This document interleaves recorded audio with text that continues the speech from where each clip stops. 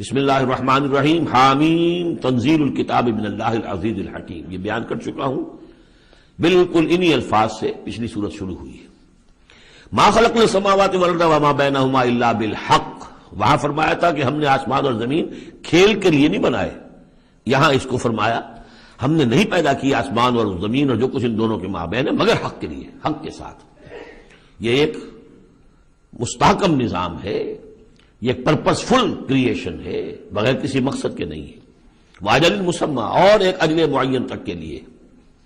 والذین کفروا عما انذروا معرضون، اور جن لوگوں نے کفر کیا ہے وہ جس چیز سے انہیں خبردار کیا جا رہا ہے اس سے وہ اعراض کر رہے ہیں.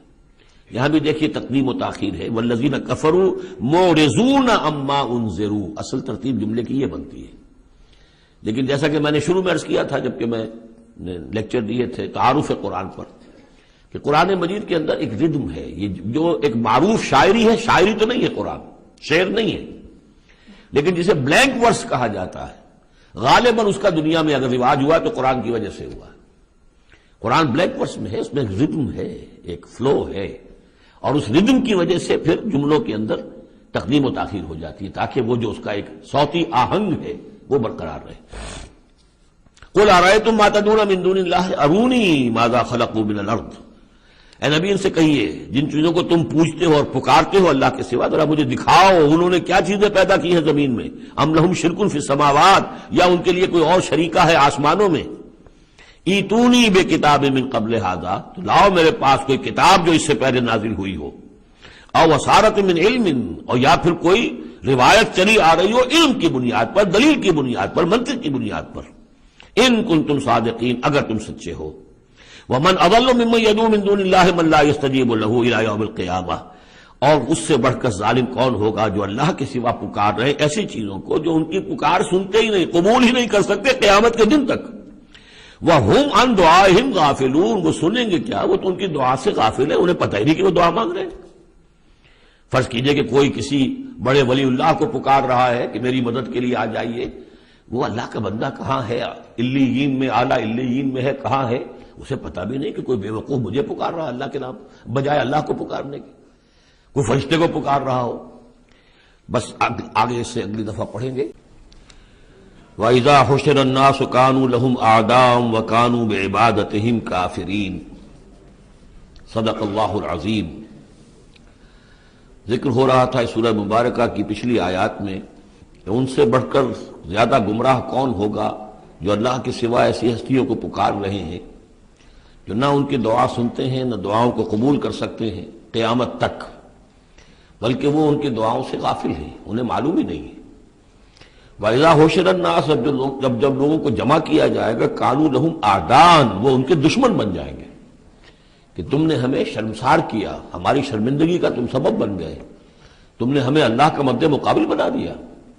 جیسے کہ حضور صلی اللہ علیہ وسلم نے ایک صحابی کو ٹوک دیا، وہ اپنے کسی گفتگو کے انداز میں، اور ظاہر بات ہے کہ ان کی نیت تو وہ نہیں تھی کہ حضور کو اللہ کے برابر کر دیں، لیکن الفاظ ایسے ان کی زبان سے نکلے، ما شاء اللہ و ما شئت، جو اللہ چاہے اور آپ چاہیں. اسی پر ٹوک دیا حضور نے، اجعلتنی للہ ندًا، کیا تم نے مجھے اللہ کا مد مقابل بنا دیا ہے. مشیت صرف اللہ کی ہے. تو یہ اولیاء اللہ، یہ فرشتے، یہ پیغمبر، اگر انہیں آپ نے اللہ کے برابر بنا دیا، ان کو پکار رہے ہیں، ان سے دعائیں کر رہے ہیں، تو یہ تو گویا کہ ان کے لیے شرمندگی کی بات ہوگی اللہ کے سامنے، تو وہ دشمن بنیں گے. وَإِذَا حُشِرَ النَّاسُ كَانُوا لَهُمْ أَعْدَاءً وَكَانُوا بِعِبَادَتِهِمْ كَافِرِينَ، اور وہ تو ان کی عبادت کا انکار کریں گے. وَإِذَا تُتْلَىٰ عَلَيْهِمْ آيَاتُنَا بَيِّنَاتٍ، اور جب انہیں سنائی جاتی ہیں پڑھ کر ہماری آیات بینات، قَالَ الَّذِينَ كَفَرُوا لِلْحَقِّ لَمَّا جَاءَهُمْ، تو یہ کافر کہتے ہیں اس حق کے بارے میں جو ان کے پاس آیا ہے، ھذا سحر مبین، یہ تو کھلا جادو ہے. ام یقولون افتراہ، کیا کہ اسے گھڑ لیا ہے، یعنی محمد صلی اللہ علیہ وسلم نے یہ قرآن خود تصنیف کیا ہے. قل ان افتریتہ فلا تملکون لی من اللہ شیئا، اے نبی ان سے کہہ دیجئے کہ اگر میں نے یہ گھڑ کر اللہ کی طرف منسوب کیا ہوتا تو تم مجھے اللہ کے پکڑ سے کچھ بھی نہیں بچا سکتے. یہ مضمون آئے گا آخری پارے میں، لو تقول علینا بعض الاقاویل، بلکہ 29ویں پارے میں، لاخذناہ بالیمین ثم لقطعنا منہ الوتین، کہ اگر بالفرض خدا نہ خواستہ اگر محمد صلی اللہ علیہ وسلم کوئی چیز گھڑ کر ہماری طرف منسوب کر دے تو ہم ان کا داہنا ہاتھ پکڑیں گے اور پھر ان کی رگے جان کو کاٹ دیں گے۔ ظاہر بات ہے کہ یہ صرف اس میں جو غصہ ہے وہ ان لوگوں پر ہے جو کہہ رہے تھے۔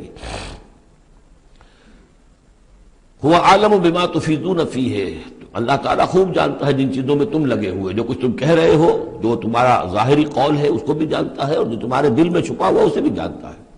کفا بہ شہیدا بینی و بینکم، اور وہ کافی ہے بطور گواہ میرے اور تمہارے مابین، وہ جانتا ہے کہ میں اس کا رسول ہوں، اس نے میرے پاس وحی بھیجی ہے۔ وہو الغفور الرحیم، اور وہ بخشنے والا ہے، رحم فرمانے والا۔ قل ما کنت بدعا من الرسل، اے نبی ان سے یہ بھی کہیے کہ میں کوئی نیا نویلا رسول تو نہیں ہوں، کوئی پہلا رسول ہوں تو نہیں ہوں میں کہ مجھ سے پہلے کوئی رسول آئے نہ ہوں۔ بہت سے رسول آئے ہیں، ہاں میں آخری رسول ضرور ہوں، لیکن میں کوئی نیا سا رسول تو نہیں ہوں کہ کوئی ایک نئی بات ہو بالکل۔ بدعت، اسی سے وہ بدعت کا لفظ بنا ہے ہمارے ہاں، جو چیز دین میں نہیں ہے اور لا کر اس کو آغاز کر دیا جائے تو در حقیقت وہ بدعت ہے۔ تو ما کنت بدعا من الرسول، جیسے کہ ہم سورہ آل عمران میں پڑھ آئے ہیں، وما محمد الا رسول قد خلت من قبلہ الرسل۔ اسی طریقہ سے عیسیٰ ابن مریم کے بارے میں آیا ہے علیہ الصلوۃ والسلام کہ عیسیٰ ابن مریم کیا ہے؟ رسول، اور ان سے پہلے بہت سے رسول گزرے ہیں۔ قل ما كنت بدعا من الرسل وما ادری ما يفعل بي ولا بكم، اور مجھے کچھ معلوم نہیں ہے کہ کیا کیا جائے گا میرے ساتھ اور کیا کیا جائے گا تمہارے ساتھ۔ یعنی اس سے مراد یہ نہ سمجھیے کہ حضور کو یہ معلوم نہیں تھا کہ آخرت میں میرے ساتھ کیا کیا جائے گا، وَلَلْآخِرَةُ خَيْرٌ وَأَبْقَىٰ، حضور کے لیے تو یقیناً آخرت جو بہت بہتر ہے، لیکن یہ کہ ابھی کیا ہونے والا ہے، کل کیا ہونے والا ہے۔ ظاہر بات ہے کہ طائف آپ گئے تھے تو بڑی امیدیں لے کر گئے تھے نا، لیکن یہ کہ وہاں جا کر جو صورتحال ہوئی گویا کہ وہ حضور کی توقعات کے بالکل خلاف تھی۔ آپ کو تو امید تھی کہ کوئی نہ کوئی بڑا جو وہاں کا سرداروں میں سے کوئی نہ کوئی اگر مان لے گا میری بات کو تو میں پھر اپنا، چونکہ مکے میں تو اب ابو طالب کا انتقال ہو گیا اور وہی دنیاوی اعتبار سے میرے لیے پروٹیکشن کا ذریعہ تھے، لہذا اب کوئی اگر بڑا رئیس اور بڑا کوئی سردار جو ہے طائف کا وہ ایمان لے آئے تو میں اپنا یہ مرکز وہاں شفٹ کر دوں، لیکن یہ کہ وہاں وہ بات پوری نہیں ہو سکی۔ تو ما ادری ما یفعل بی ولا بکم، مجھے یہ معلوم نہیں ہے کہ کیا کیا جائے گا میرے ساتھ، کیا ہوگا اور کیا ہوگا تمہارے ساتھ۔ ان اتبع الا ما یوحی الیہ، میں تو بس پیروی کر رہا ہوں اس کی جو میری طرف وحی کی جا رہی ہے۔ وما انا الا نذیر مبین، اور میں نہیں ہوں مگر کھلا خبردار کر دینے والا، بس میری حیثیت تو یہ ہے۔ قل ارأیتم ان کان من عند اللہ وکفرتم بہ، اے نبی ان سے کہیے کہ ذرا غور کرو، سوچ لو، اگر ان کان من عند اللہ، جو چیز اللہ کی طرف سے آئی ہے یہ ہے واقعتاً اللہ کی طرف سے، وکفرتم بہ، اور تم نے اس کا کفر کیا، اس کا نتیجہ کیا نکلے گا؟ یعنی یہ کہ تم سوچو، امکان تو ہے نا، تم کہہ رہے ہو کہ میں نے گھڑ لی ہے، چلیے، حالانکہ دل میں تم جانتے ہو کہ یہ گھڑی بھی کتاب نہیں ہے، اگر گھڑی بھی کتاب ہوتی، انسان کی تصنیف ہوتی تو تم بھی اس کا مقابلہ کرتے، تمہیں چیلنج دیا گیا ہے کہ اس جیسی کتاب بنا لاؤ، اس جیسی ایک صورت ہی بنا لاؤ، تو تمہارے دل میں وہ بات نہیں ہے۔ لیکن سوچ لو ذرا کہ اگر یہ شے واقعتاً اللہ کی طرف سے ہے، قل ارأیتم ان کان من عند اللہ وکفرتم بہ، اور تم نے اس کا انکار کر دیا، وشہد شاہد من بنی اسرائیل علی مثلہ، اور گواہی دے چکا ہے ایک گواہ بنی اسرائیل میں سے ایک ایسی ہی کتاب کی۔ اصل میں اس میں کافی تفسیر کے اندر اقوال میں اختلاف ہے، اس سے مراد جو ہے عام مومنین اہل کتاب ہیں یا حضرت موسیٰ علیہ السلام، اس لیے کہ کتاب استثناء میں جو پیشن گوئی ہے اس میں یہ الفاظ ہیں کہ اے موسیٰ میں ان کے بھائیوں میں سے تیرے مثل ایک پیغمبر اٹھاؤں گا۔ کتاب استثناء کے 18ویں باب کی 18 اور 19ویں آیات ہیں یہ تورات کی، جو عہد نامہ قدیم ہے اس میں، تو گویا کہ مثل ہی، یعنی حضرت موسیٰ کی طرح کے محمد ہے، حضرت محمد کی طرح کے موسیٰ ہیں علیہ الصلوۃ والسلام، کیونکہ صاحب شریعت رسول ہے حضرت موسیٰ علیہ السلام۔ حضرت عیسیٰ صاحب شریعت نہیں ہے، صاحب کتاب ہے، انجیل دی گئی ہے، انجیل میں شریعت نہیں ہے، انجیل میں حکمت ہے، کل ہم پڑھ چکے ہیں جئتکم بالحکمہ، میں تمہارے پاس حکمت لے کر آیا۔ شریعت، قانون، یہ در حقیقت تورات میں تھی، حضرت موسیٰ علیہ السلام کو دی گئی، اور یا پھر محمد الرسول اللہ صلی اللہ علیہ وسلم کو قرآن دیا گیا اور یہ آخری اور کامل شریعت دی گئی۔ فآمن واستکبرتم، تو وہ تو ایمان لے آئے اور تم استکبار کر رہے ہو۔ یعنی یہود میں سے تو بہت سے علماء ایسے بھی تھے، بہت زیادہ نہیں لیکن تھے، عبداللہ ابن سلام رضی اللہ تعالیٰ عنہ بہت اہم ان کے علماء میں سے تھے، وہ ایمان لائے ہیں، تو وہ تو ایمان لے آئے، فاستکبرتم، اور تم استکبار میں اور گھمنڈ میں پڑے ہوئے ہو. ان اللہ لا یہدی القوم الظالمین، اللہ ظالموں کو ہدایت نہیں دیتا. وقال الذین کفروا للذین آمنوا لو کان خیرا ما سبقونا الیہ، اور کہا ان لوگوں نے جنہوں نے کفر کی روش اختیار کی ان لوگوں کے بارے میں جو ایمان لائے، کیونکہ ان میں سے زیادہ تر جو حضور کے آس پاس ہوتے تھے، اس لیے کہ بہرحال ان میں بڑے بڑے لوگ بھی تھے جو ایمان لائے تھے حضور پر. حضرت عثمان ابن عفان بھی تھے، بڑے بڑے گھرانے کے فرد تھے. عبد الرحمن ابن عوف بھی تھے، وہ بھی کوئی غرباء اور فقراء میں سے تو نہیں تھے. طلحہ اور زبیر بھی تھے تو وہ بھی بڑے اونچے خاندانوں سے تھے. لیکن یہ کہ عام طور پر حضور کے آس پاس جو ہوتے ہیں یہ لوگ اپنے اپنے کاموں کے اندر بھی مصروف ہوتے تھے، لیکن جو غرباء تھے وہ حضور کے ارد گرد زیادہ موجود رہتے تھے. اور یہ بات بار بار آ چکی ہے حضرت نوح کے بیان میں بھی اور پھر حضور کے بارے میں بھی کہ اے محمد تمہارے گرد تو ہم بیٹھے ہوتے ہیں ہمارے کمی کاری لوگ، بڑے گھٹیا لوگ، ہمارے پست طبقات کے لوگ جو ہیں، کوئی غلام ہے ہمارا، کوئی اور یہاں پہ محنت مزدوری کرنے والا ہے، تو ہمارے شایان شان نہیں ہے کہ ہم آپ کے پاس آ کر بیٹھیں. یعنی ذرا ان کو اپنے سے دور کرو. جس پر کہ اللہ تعالیٰ نے کئی مرتبہ یہ فرمایا کہ اے نبی آپ ان کی بات پر نہ جائیے، اور کہیں ان اہل ایمان کو کہ جو صبح و شام اللہ کو پکارتے ہیں اور اللہ کی رضا جوئی میں لگے ہوئے ہیں، ان کو کہیں آپ اپنے سے دور نہ کر دیں. اگر ایسا آپ کریں گے تو یہ ظلم ہو جائے گا. لیکن بہرحال ان کا کہنا یہ تھا کہ اگر یہ لوگ جو ہیں، اگر واقعتاً یہ خیر ہوتا، لو کانا خیرن ما سبقونا، اگر یہ واقعتاً خیر ہوتا قرآن اور یہ دین، تو یہ لوگ جو ہیں یہ اس میں سبقت نہ کرتے ہم سے. بڑے ہم ہیں، سمجھدار ہم ہیں، دانشور ہم ہیں، ایلیٹ آف دی سوسائٹی ہم ہیں، تو ہم نے تو پیش قدمی کی نہیں ہے، لیکن یہ لوگ پیش قدمی کر رہے ہیں، تو اس کا مطلب ہے کہ یہ بات بھی گھٹیا ہی ہے جو تم پیش کر رہے ہو، جس کو گھٹیا قسم کے لوگ قبول کر رہے ہیں. یہ طنز ہے اس میں چھپا ہوا. وقال الذین کفروا للذین آمنوا لو کان خیرا ما سبقونا وَإِذْ لَمْ يَهْتَدُوا بِهِ فَسَيَقُولُونَ هَذَا إِفْكٌ قَدِيمٌ. اور جب یہ اس قرآن کے ذریعے سے ہدایت نہیں پا رہے تو کہتے ہیں کہ یہ تو گھڑا ہوا چیز، گھڑی ہوئی چیز ہے، افک ہے، پرانی شے ہے. وَمِن قَبْلِهِ كِتَابُ مُوسَىٰ إِمَامًا وَرَحْمَةً، حالانکہ اس سے پہلے موسیٰ کی کتاب موجود تھی اور اب بھی ہے، امامًا ورحمہ، وہ بھی رہنمائی کرنے والی ہے اور رحمت ہے. وَهَذَا كِتَابٌ مُصَدِّقٌ لِسَانًا عَرَبِيًّا، اور یہ کتاب نازل ہوئی ہے اس کی تصدیق کرتے ہوئے. یعنی تصدیق دونوں معنی میں، ایک تو کہ قرآن تصدیق کرتا ہے کہ تورات اللہ کی کتاب تھی، اللہ کی کتاب ہے، اگرچہ اس میں تحریف کر دی گئی ہے لیکن بہرحال اللہ کی کتاب تھی. انا انزلنا التوراۃ فیہا ھدی ونور، ہم نے تورات نازل کی تھی، اس میں ہدایت بھی تھی، نور بھی تھا. پھر انجیل کے بارے میں فیہ ھدی ونور، قرآن دونوں کی تصدیق کرتا ہے. دوسری یہ کہ تورات میں اور انجیل میں جو پیشین گوئیاں تھیں ان کا مصداق بن کر قرآن آیا ہے، تو قرآن مصدق ہے لساناً عربیًا، اور بڑی ہی عمدہ فصیح اور بلیغ عربی زبان میں ہے.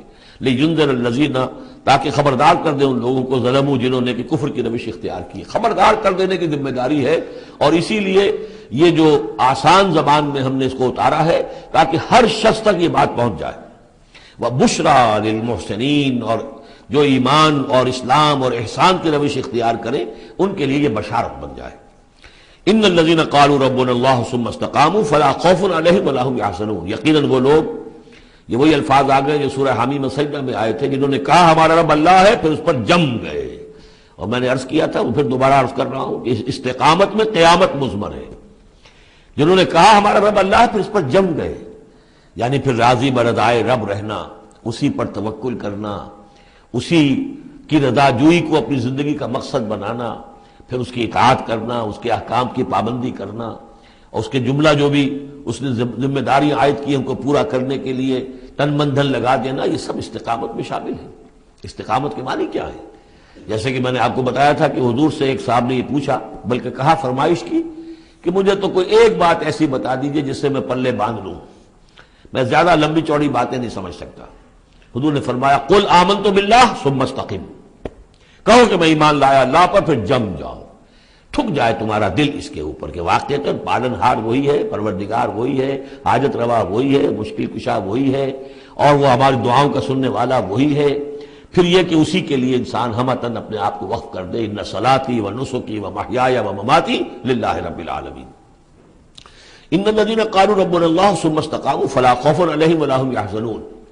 یہ استقامت والے جو ہی تو اولیاء اللہ ہو گئے نا. پھر جیسے کہ ہم نے سورہ یونس میں پڑھا تھا، الا ان اولیاء اللہ لا خوف علیہم ولا هم يحزنون الذین آمنوا وكانوا يتقون. جو ایمان لائے اور اس پر مستقیم ہو گئے، قائم ہو گئے، جازم ہو گئے، اور وہی تو اللہ کے ولی ہیں، وہی اللہ کے دوست ہیں۔ ان کے لیے نہ کوئی خوف ہے، نہ وہ کسی حزن سے دوچار ہوں گے۔ اولئک اصحاب الجنت خالدین فیہا، وہ جنت والے لوگ ہیں، اس میں رہیں گے ہمیشہ ہمیش، جزاء بما کانوا یعملون، اور یہ جزا ہوگا ان کے اعمال کا۔ یہ بات کئی دفعہ میں نے واضح کی ہے کہ بندے کو یہ سمجھنا چاہیے، اور یہی بندے کہیں گے جنت میں داخل ہونے کے بعد بھی کہیں گے اللہ کے نیک بندے کہ ہماری یہ طاقت نہیں تھی، صلاحیت نہیں تھی کہ ہم اپنے بل پر اور اپنے اعمال کے بل پر یہاں جنت میں داخل ہو سکتے۔ یہ اللہ کا فضل ہے۔ الحمدللہ الذی ہدانا لہذا وما کنا لنہتدی لولا ان ہدانا اللہ، کل شکر اس اللہ کا جس نے ہمیں یہاں داخل کیا اور ہمیں پہنچا دیا یہاں تک ہماری رہنمائی فرما دی، اور ہم ہرگز ہدایت نہ پا سکتے اگر اللہ ہی ہمیں ہدایت نہ دیتا۔ لیکن اللہ تعالیٰ بار بار کہتا ہے کہ ٹھیک ہے، لیکن یہ کہ تمہارے اعمال تھے، تم نے بھی محنت کی تھی، تم نے فیصلہ کیا تھا، اما شاکرم و اما کفورا، جو ہم نے تمہیں اختیار دے دیا تھا، تم نے ہمارے شکر گزار بندے بن کر زندگی گزارنے کا فیصلہ کیا، ہم نے قدر افزائی فرمائی، ہم نے تمہیں توفیق دی، ہم نے تمہارے راستے کی رکاوٹوں کو جو ہے آسان کر دیا، لیکن یہ کہ بہرحال تمہارا عمل اس میں شامل ہے۔ جزاء بما کانوا یعملون، یہ در حقیقت بدلہ ہوگا ان کے اعمال کا۔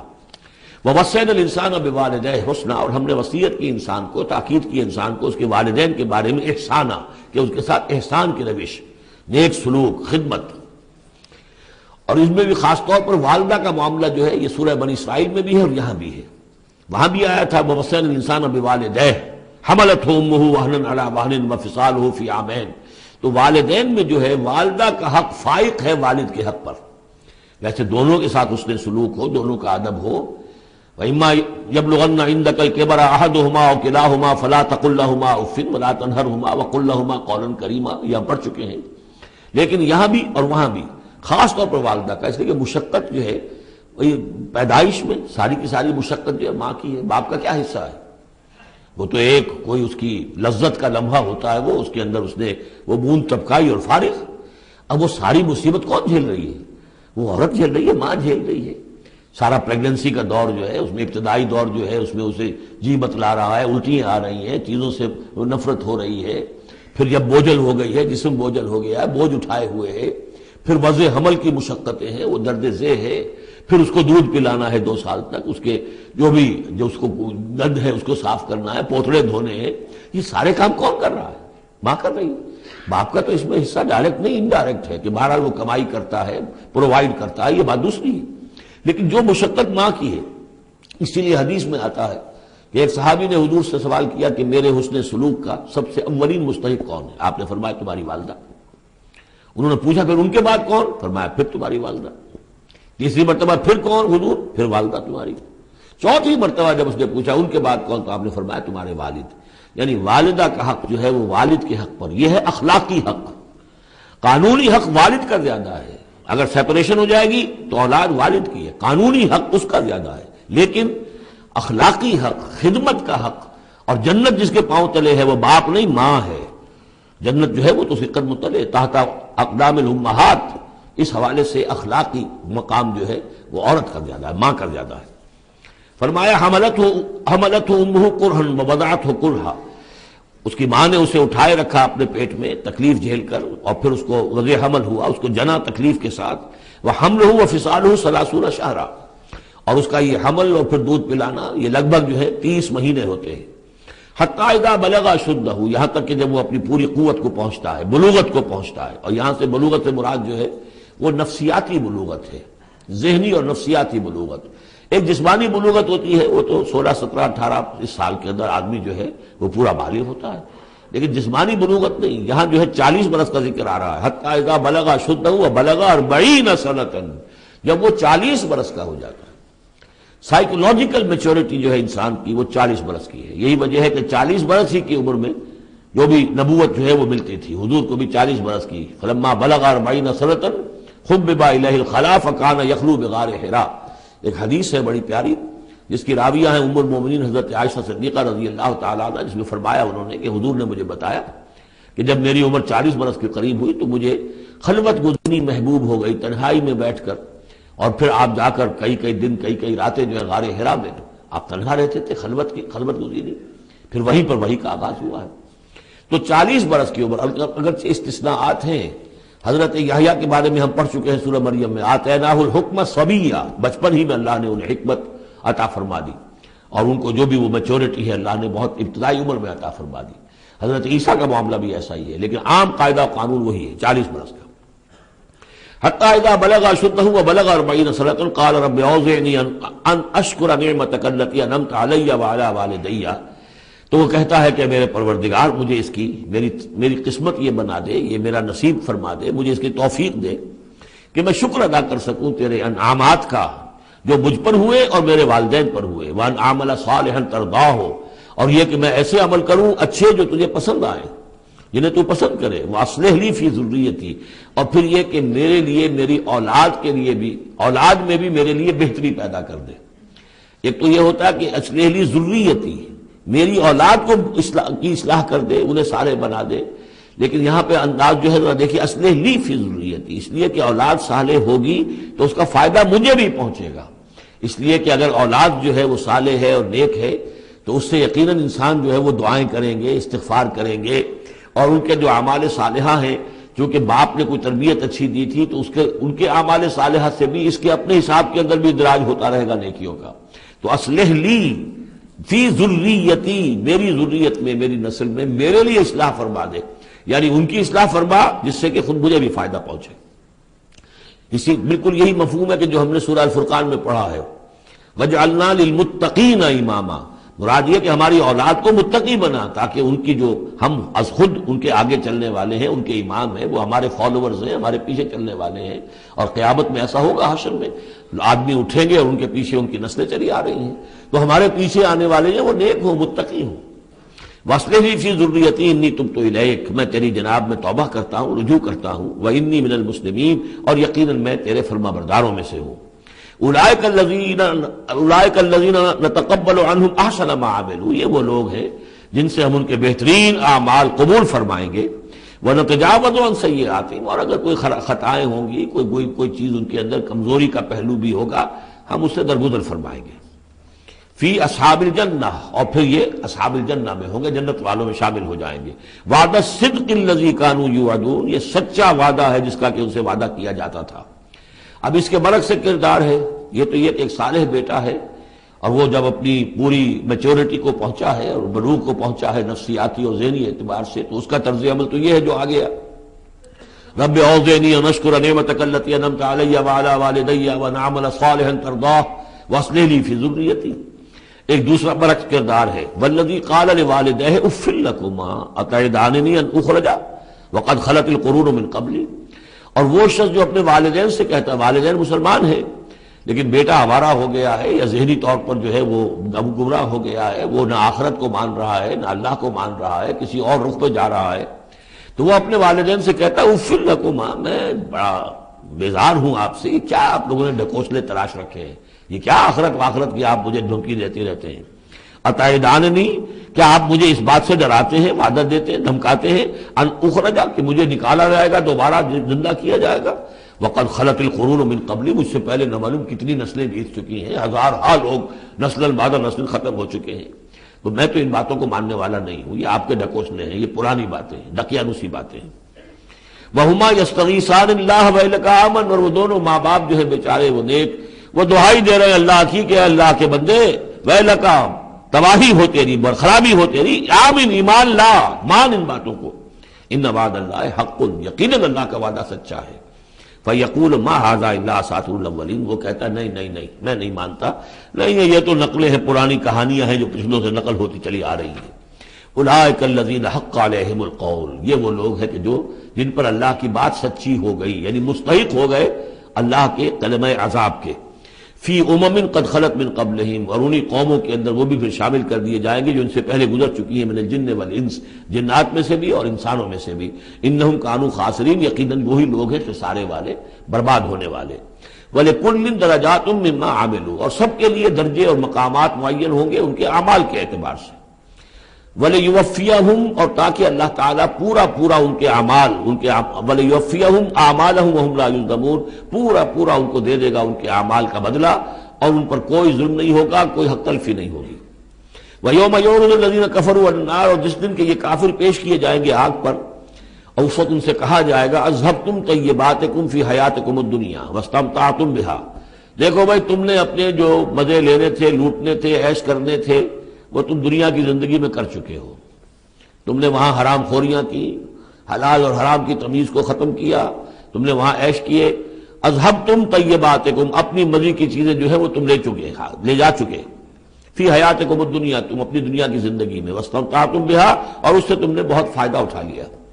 فَالْيَوْمَ تُجْزَوْنَ عَذَابَ الْهُونِ بِمَا كُنتُمْ تَسْتَكْبِرُونَ فِي الْأَرْضِ بِغَيْرِ الْحَقِّ، تو آج اب تمہیں بہت ہی اہانت آمیز عذاب دیا جائے گا، ذلت کا عذاب، بسبب اس تکبر کے جو تم کرتے رہے ہوئے زمین میں ناحق. وَبِمَا كُنتُمْ تَفْسُقُونَ، اور جو تم نے وہاں پر نافرمانیاں کی ہیں اور ہمارے احکام کو توڑا ہے. وَاذْكُرْ أَخَا عَادٍ، اور ذرا تذکرہ کیجئے اخا عاد، عاد قوم عاد کے بھائی کا، یعنی حضرت ہود علیہ الصلوۃ والسلام. اذ انذر قومہ بالاحقاف، جبکہ انہوں نے اپنی قوم کو خبردار کیا احقاف میں. یہ احقاف کا علاقہ تھا، بالکل جنوبی ساحل جو ہے عرب کا، جزیرہ نما عرب کا، اس کے ساتھ. اور اب وہاں پر بہت ہی سخت قسم کا، وہ بدترین قسم کا صحرا ہے. احقاف، وقد خلت النذر من بین یدیہ ومن خلفہ، ان سے پہلے بھی، ان کے سامنے بھی اور بہت سے خبردار کرنے والے آئے تھے. یہ میں نے عرض کیا تھا کہ انبیاء متعدد آ کر پھر آخری کوئی رسول آتا تھا کہ جو پھر آخری اتمام حجت کرتا تھا. اللہ تعبدوا الا اللہ، انہوں نے یہی دعوت دی تھی کہ مت پوجو کسی کو سوائے اللہ کے. انی اخاف علیکم عذاب یوم عظیم، مجھے اندیشہ ہے تمہارے اوپر، تمہارے بارے میں کہ ایک بڑے دن کا عذاب تم پر آئے گا. قالوا اجئتنا لتافکنا عن آلہتنا، انہوں نے کہا کہ کیا تم اس لیے آئے ہو اے ہود کہ تم ہمیں اپنے معبودوں سے برگشتہ کر دو. فاتنا بما تعدنا ان کنت من الصادقین، تو اگر تم سچے ہو تو جس عذاب کی دھمکی ہمیں دے رہے وہ لے آؤ. قال انما العلم عند اللہ، انہوں نے کہا کہ اس کا علم تو اللہ کے پاس ہے، کل علم اللہ کے پاس ہے. وہ عذاب آئے گا، کب آئے گا، کس صورت میں آئے گا، میں نہیں جانتا، وہ اللہ جانتا ہے. وَأُبَلِّغُكُم مَّا أُرْسِلْتُ بِهِ، اور میں تو تمہیں پہنچا رہا ہوں وہ جو اس نے مجھے دے کر بھیجا ہے. جو پیغام اس نے دیا میں پہنچا رہا ہوں. میرا کام انذار ہے، ابلاغ ہے، پہنچا دینا ہے، واضح کر دینا ہے. وَلَٰكِنِّي أَرَاكُمْ قَوْمًا تَجْهَلُونَ، لیکن میں دیکھ رہا ہوں کہ تم نے بہت جہالت کی روش اختیار کر لی ہے. بجائے اس کے کہ میری بات پر غور کرو، دیکھو، سوچو، دل میں اترے تو اسے قبول کرو، تم نے تو گویا کہ ادھار کھائے بیٹھے ہو اس کی نفی پر اور اس کو نہ ماننے پر، تو تم جہالت پر اتر آئے ہو. فلما رآہ عارضا مستقبل اودیتہم، تو عذاب الہی جب آیا، اس کے آثار جب آئے تو وہ ایک ایسی صورت میں تھے کہ جو ہے کہ بادل آ رہے ہیں. تو جب دیکھا انہوں نے اس کو، یعنی عذاب کو، رآہ ہو، یہ وہ عذاب کے لیے ضمیر ہے، عارضاً کہ اس کو ہم نے ایک امر کی صورت میں بھیجا، مستقبل اودیتہم، جو ان کی وادیوں کی طرف چلا آ رہا تھا، سامنے آ رہا تھا. قالوا هذا عارض ممطرنا، ان کو یہ تو بادل آ گئے، ابر ہے، اب بارش ہوگی، جلتھل ہو جائیں گے، مطر آ رہی ہے. بل هو ما استعجلتم به، نہیں، یہ تو وہ شے جس کی تم نے جلدی مچائی تھی کہ لے آؤ عذاب اگر لا سکتے ہو. ریح فیہا عذاب علیم، وہ ایک جھکڑ تھا جس کے بارے میں آئے گا سورۃ الحاقہ میں کہ سخر علیہم سبع لیال وثمانیۃ ایام، 7 رات اور 8 دن مسلسل وہ جھکڑ چلا ہے. ریح فیہا عذاب علیم، وہ جھکڑ ہے جس میں بہت بڑا عذاب ہے. تدمر کل شیء بامر ربھا، وہ ہر شے کو اپنے رب کے حکم سے اٹھا کر پٹکتی تھی. وہ ہوا جو ہے اٹھاتی تھی اور پٹکتی تھی. تدمر، جیسے کسی درخت کی جڑ سے اکھاڑا جائے پھر پھینک دیا جائے. اور وہ چونکہ تھے بھی بڑے طویل القامت لوگ، تو بڑے بڑے ستونوں کی طرح پھر پڑے تھے، کاجاد النخل خاویہ، جیسے کہ وہ کھجوروں کے تنے پڑے ہوئے ہیں زمین کے اوپر. تدبر کل شیء بامر ربھا فاصبحوا لا یری الا مساکنہم، پھر وہ ایسے ہو گئے کہ اب کچھ نظر نہیں آ رہا تھا سوائے ان کے مسکنوں کے. ان کے گھر نظر آ رہے ہیں، ان کی حویلیاں، ان کی بلڈنگیں، لیکن وہاں اس میں بسنے والا اب کوئی نظر نہیں آ رہا. کذالک نجزی القوم المجرمین، اسی طرح ہم بدلہ دیا کرتے ہیں مجرموں کی قوم کو. وَلَقَدْ مَكَّنَّاهُمْ فِي مَا إِن مَّكَّنَّاكُمْ فِيهِ، اب یہاں قریش سے، مکے والوں سے خطاب ہو رہا ہے. ان کو ہم نے جو تمکن عطا کیا تھا زمین میں، جو مال و اسباب دیا تھا، جو طاقت دی تھی، فِي مَا إِن مَّكَّنَّاكُمْ فِيهِ، اس میں اتنا تمکن تمہیں ہم نے نہیں دیا، اتنی طاقت تمہارے پاس نہیں ہے. ان کی تہذیب، جیسا کہ میں عرض کر چکا ہوں، وہ شداد کا جو شہر تھا، اب اس کے جو ہے باقیات وہ نظر آ چکے ہیں سیٹلائٹس کے ذریعے سے کہ زمین کے نیچے جو ہے بہت گہرے وہ موجود ہیں، جو ان کے اوپر عذاب آیا اور اس کے اوپر، لیکن وہ دبے ہوئے موجود ہیں. اس کے بڑے بڑے جو ہیں ستون جو بنائے تھے انہوں نے، غالباً 30 بڑے بڑے ان کی فصیل کے ساتھ جو ہے پلرز ہیں جن کو گن لیا گیا ہے، وہ موجود ہیں۔ یہ ساری نشانیاں اب ایک ایک کر کے ظاہر ہوں گی۔ وَلَقَدْ مَكَّنَّاهُمْ فِي مَاءٍ مَكَّنَّاكُمْ فِيهِ، ہم نے وہ چیزیں انہیں دی تھی کہ جو اے قریش تمہیں نہیں دی، ہم نے ان کو تمہیں وہ تمکن نہیں دیا۔ وَجَعَلْنَا لَهُمْ سَمْعًا وَأَبْصَارًا وَأَفْئِدَةً، ہم نے ان کے لیے بھی ہم نے انہیں سماعت کان بھی دیے تھے، وابصارن آنکھیں بھی دی تھی، افئدہ بھی دیے تھے، دل اور عقل بھی دی تھی۔ فما اغنى عنهم سمعهم ولا ابصارهم ولا افئدتهم من شيء، تو کچھ کام نہیں آئے ان کے، نہ تو ان کی سماعت، ان کی بصارت، نہ ان کے دل یا عقلیں میں کسی شے میں انہیں نہیں بچا سکے۔ اذ كانوا يجحدون بآيات الله، جبکہ وہ انکار کرتے رہے اللہ کی آیات کا۔ وحاق بهم ما كانوا به يستهزئون، اور ان کو گھیر لیا اور ان پر الٹ پڑی وہی چیزیں جن کا کہ وہ مذاق اڑایا کرتے تھے۔ وَلَقَدْ أَهْلَكْنَا مَا حَوْلَكُم مِّنَ الْقُرَىٰ، اور ہم نے تو ہلاک کیا ہے بہت سی بستیوں کو جو تمہارے ہی ارد گرد آباد تھیں۔ میں وہ نقشہ بنا کے بھی آپ کو دکھا چکا ہوں کہ یہ تمام جو احقاف، یہ گویا کہ مکے کے جنوب مشرق میں تھے، سمود کا علاقہ جو ہے مکے کے شمال میں تھا، اسی شمال کے رخ پر جو ہے پھر وہ مدین کا علاقہ، اور پھر یہ کہ ادھر ڈیڈ سی کے ساتھ ساحل پر، اس کے بھی اب حال ہی میں خبر آئی ہے کہ اس کے بھی جو کھنڈرات وغیرہ ہیں وہ بحرۂ ڈیڈ سی جو ہے، بحرۂ مردار، اس کے اندر پانی کے نیچے وہ موجود ہیں۔ ابھی ان کی تلاش ہو گئی ہے، وہ نکل آئے ہیں، مطلب یہ کہ ان معلوم ہو گئے ہیں، انکشاف ہو گیا ہے۔ تو فرمایا وَلَقَدْ أَهْلَكْنَا مَا حَوْلَكُم مِّنَ الْقُرَىٰ، ہم نے بہت سی بستیوں کو، شہروں کو ہلاک کیا جو تمہارے ارد گرد ہی تھی۔ وَصَرَّفْنَا الْآيَاتِ لَعَلَّهُمْ يَرْجِعُونَ، اور اسی طرح ہم نے پھیر پھیر کر ان کو یہ آیات اپنی سنائی ہے تاکہ وہ رجوع کریں، پلٹیں، لوٹیں۔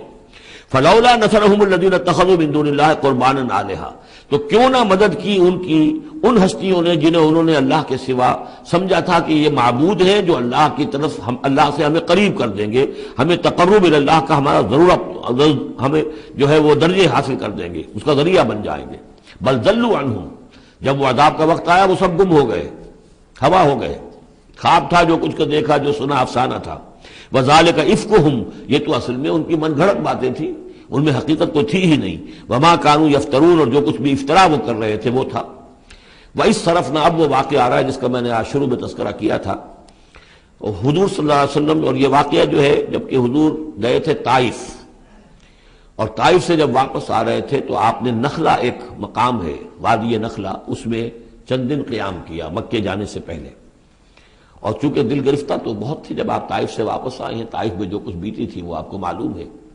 بہرحال وہاں آپ فجر کے وقت ایک روز نماز فجر کی پڑھ رہے تھے اور قرآن مجید پڑھ رہے تھے، اس میں قرآن الفجر ہم پڑھ رہے ہیں، فجر کی نماز میں طویل قرات ہوتی ہے۔ تو ایک امام، ایک مقتدی، امام تھے حضور صلی اللہ علیہ وسلم، اور مقتدی تھے حضرت زید بن حارثہ، آپ کے منہ بولے بیٹے، آپ کے آزاد شدہ غلام۔